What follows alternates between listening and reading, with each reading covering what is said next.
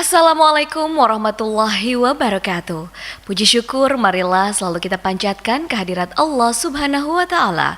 Semoga limpah rahmatnya selalu diberikan untuk kita semua. Salawat dan salam semoga selalu tercurah kepada baginda Nabi Muhammad Sallallahu Alaihi Wasallam. Keluarga jemaah haji dan masyarakat Indonesia, tentunya serta rekan-rekan media yang dirahmati Allah, operasional penyelenggaraan ibadah haji pada hari ini, Jumat 28 Juni 2024, telah memasuki hari ke-48. Fase pemulangan jemaah haji hingga tanggal 27 Juni 2024 pukul 9 malam waktu Arab Saudi atau tanggal 28 Juni 2024 pukul 1 waktu Indonesia Barat, jemaah haji dan petugas yang telah diterbangkan ke tanah air yaitu berjumlah 44.363 orang. Mereka tergabung dalam 112 kelompok terbang. Berdasarkan data dari Sistem Informasi dan Komputerisasi Haji Terpadu atau Siskohat, tanggal 28 Juni 2024, pukul 7.45 waktu Indonesia Barat, jemaah haji Indonesia yang wafat yaitu berjumlah 309 orang. Hari ini jemaah haji gelombang kedua yang diberangkatkan ke Madinah yaitu berjumlah 5.719 orang. Mereka tergabung dalam 15 kelompok terbang. Pada fase pemulangan jemaah haji ke tanah air, petugas penyelenggara ibadah haji atau PPIH Arab Saudi memberikan kesempatan kepada jemaah untuk melakukan tanazul atau pengajuan pulang lebih cepat dari jadwal yang seharusnya, ataupun pengunduran waktu pulang dari jadwal yang seharusnya mungkin lebih awal. Pelaksanaan tanazul diprioritaskan bagi jemaah sakit. Dikutip dari laman sehatnegriku.kemkes.go.id, tanazul dan evakuasi dilakukan untuk pasien yang dirawat di Klinik Kesehatan Haji Indonesia atau KKHI, pasca rawat di Rumah Sakit Arab Saudi atau dari kloter. Sebelum melakukan tanazul dan evakuasi, dokter akan memberikan penilaian apakah jemaah haji layak atau tidak layak meneruskan ibadahnya. Jika dinyatakan tidak layak meneruskan ibadahnya, bahkan berpotensi memperberat penyakitnya, maka dapat dilakukan pemulangan maksud kami yang lebih awal atau dini atau ditunda dari jadwal yang telah ditentukan.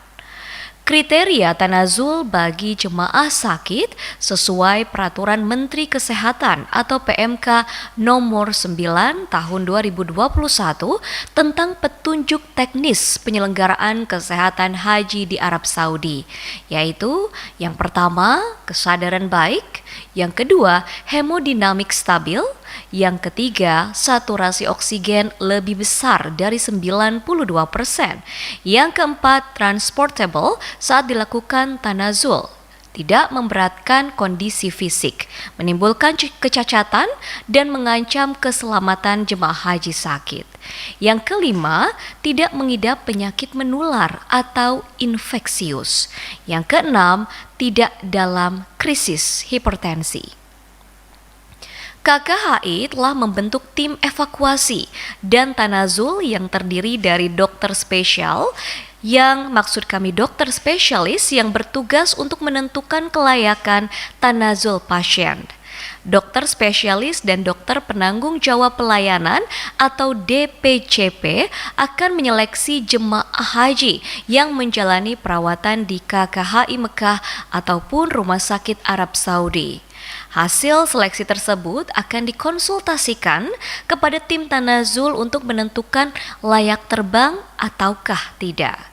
Jika hasil penilaian dinyatakan layak terbang, tim tanazul akan menghubungi tenaga kesehatan haji atau TKH yang bertugas di kloter untuk persetujuan tanazul.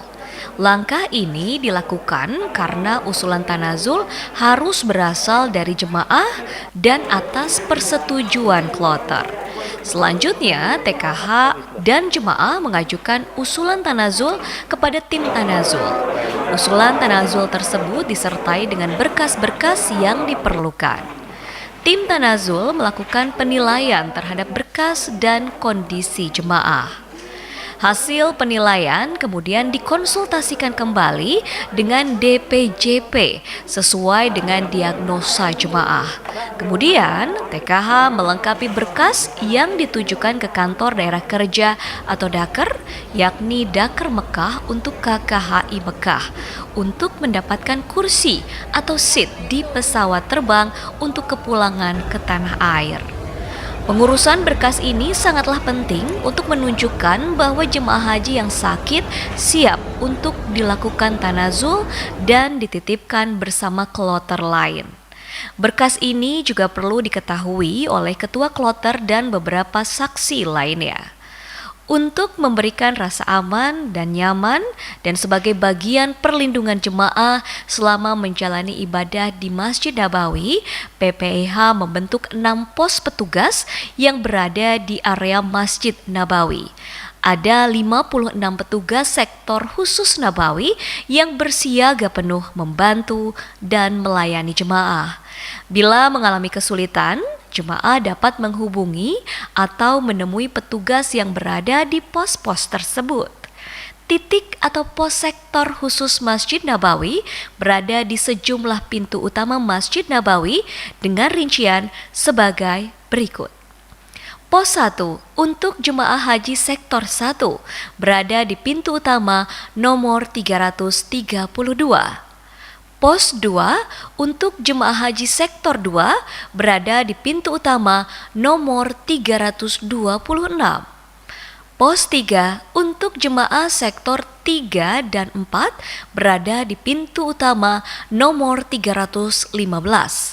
Pos 4 untuk jemaah haji sektor 5 berada di pintu utama nomor 305.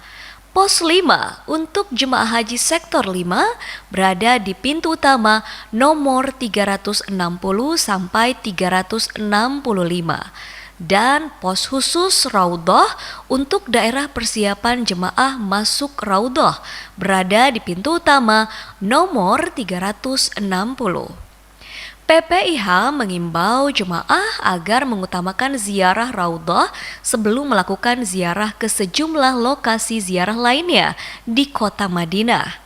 Tetap melengkapi diri dengan alat pelindung diri seperti topi, kacamata hitam, dan semprotan air selagi bepergian keluar hotel. Tetap membawa paspor, visa, mengenakan gelang tangan, dan tetap berkelompok. Jangan memisahkan diri sehingga berpotensi tertinggal rombongan atau bahkan tersesat. Hari ini, Jumat 28 Juni 2024, terdapat 23 kelompok terbang dengan jumlah jemaah haji yaitu sebanyak 9.153 orang. Mereka telah dan akan diterbangkan ke tanah air dengan rincian sebagai berikut.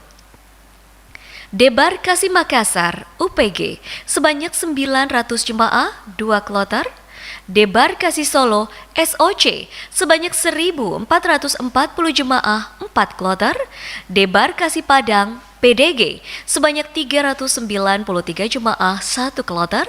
Debarkasi Surabaya, SUB, sebanyak 1.855 jemaah, 5 kloter. Debarkasi Jakarta Pondok Gede, JKG, sebanyak 786 jemaah, 2 kloter. Debarkasi Batam, BTH, sebanyak 450 jemaah, 1 kloter. Debarkasi Jakarta Bekasi, JKS, sebanyak 1.319 jemaah, 3 kloter. Debarkasi Medan, KNO, sebanyak 360 jemaah, 1 kloter. Debarkasi Banjarmasin, BDJ, sebanyak 320 jemaah, 1 kloter. Debarkasi Palembang, PLM, sebanyak 450 jemaah, 1 kloter. Dan Debarkasi Kertajati, KJT, sebanyak 880 jemaah, 2 kloter. Akhir kata, mari kita doakan agar seluruh jemaah haji Indonesia diberikan kekuatan serta kesehatan dalam menjalani ibadahnya di Tanah Suci, lalu kembali ke tanah air dengan meraih kemakmuran. Amin ya robbal alamin. Haji Indonesia, haji ramah lansia. Wassalamualaikum warahmatullahi wabarakatuh.